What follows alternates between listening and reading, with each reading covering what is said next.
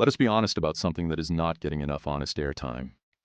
Men are not refusing to date because they suddenly lost interest in women. Men are not walking away from relationships because something broke inside them. They are walking away because they looked at the current terms of engagement and decided the math does not work. That is not bitterness.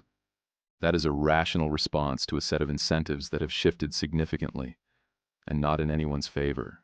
The feminism conversation is worth having carefully because it is more complicated than either side tends to make it. The original case for feminism, equal pay, equal opportunity, equal standing under the law, is not controversial to most reasonable people. Nobody with a functioning moral compass argues that women should be paid less for the same work or denied opportunities based on gender. Those were legitimate grievances that produced necessary changes, and the world is genuinely better for them. What has developed alongside those legitimate gains, however, is a cultural strain that goes significantly further and in directions that have created real friction in how men and women relate to each other. The messaging that women do not need men, that traditional relationship dynamics are inherently oppressive, that femininity itself is something to be liberated from, rather than something to be celebrated, that a woman who cooks for her partner or defers to his leadership in certain contexts is somehow betraying herself. These ideas did not stay contained to academic gender studies departments.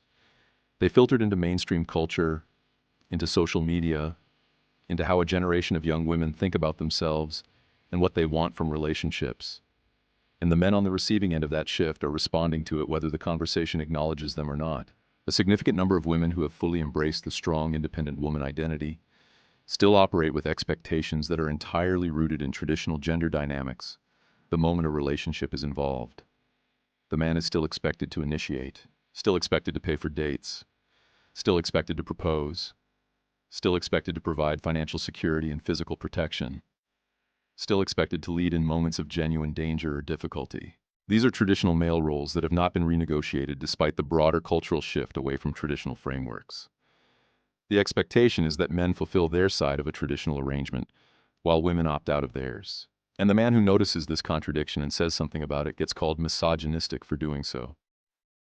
That is a dynamic that more and more men are identifying clearly, and fewer are willing to simply absorb without comment.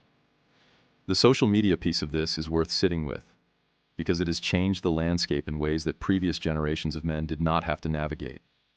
The access to external validation that platforms provide has created a feedback loop that makes genuine committed partnership harder to sustain.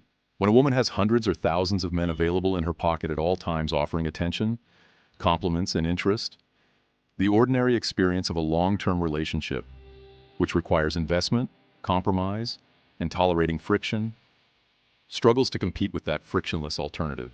This is not a moral judgment. It is an observation about incentive structures and how they shape behavior. The platforms are designed to maximize engagement. Sustained real-world relationships are not optimized for engagement metrics.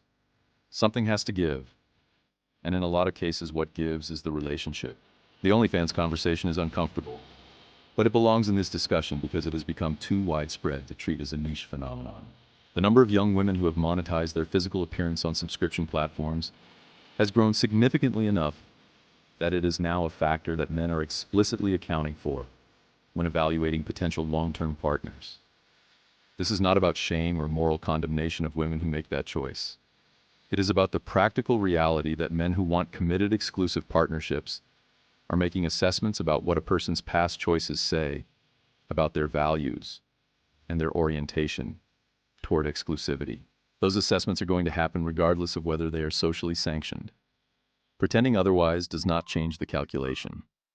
It just means the calculation happens without anyone being honest about it. The body count conversation sits in the same uncomfortable territory. Research in relationship psychology consistently shows that higher numbers of prior sexual partners correlate with lower relationship satisfaction and higher rates of divorce for both men and women, though the correlation is stronger for women. This is not a moral argument. It is a documented pattern in the data about pair bonding and long-term relationship stability. Men who factor this into their assessment of potential long-term partners are not operating from some ancient patriarchal instinct they should be embarrassed by. They are responding to information that is relevant to a decision with significant long-term consequences. The cultural pressure to treat this consideration as illegitimate does not make the underlying data disappear. The masculinity and femininity dynamic is probably the most straightforward piece of this, and also the one that generates the most unnecessary conflict. Men are attracted to femininity. This is not a controversial statement among people who are being honest. It is one of the most consistent findings in attraction research across cultures and time periods. The qualities that read as feminine, warmth, nurturing, softness, the ability to receive care as well as give it, are genuinely attractive to men who are operating from a secure masculine identity. What has happened culturally is that those qualities have been reframed as vulnerabilities or signs of submission rather than strengths. The result is a generation of women who have traded those qualities for a harder, more defensive presentation that performs well on social media, but creates friction in actual intimate relationships with men. And then both sides wonder why connection feels harder to find than it used to. The picture being painted here is not that women are the problem and men are the victims. That framing is too simple and too convenient for anyone who wants an easy answer, rather than an honest one.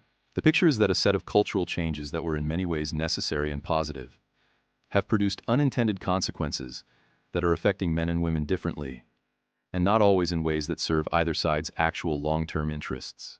Women who wanted independence are discovering that the version of independence the culture sold them comes with a loneliness they did not anticipate. Men who wanted partnership are discovering that the terms of partnership have changed in ways that make the investment harder to justify.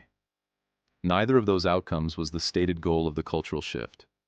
Both of them are the actual result.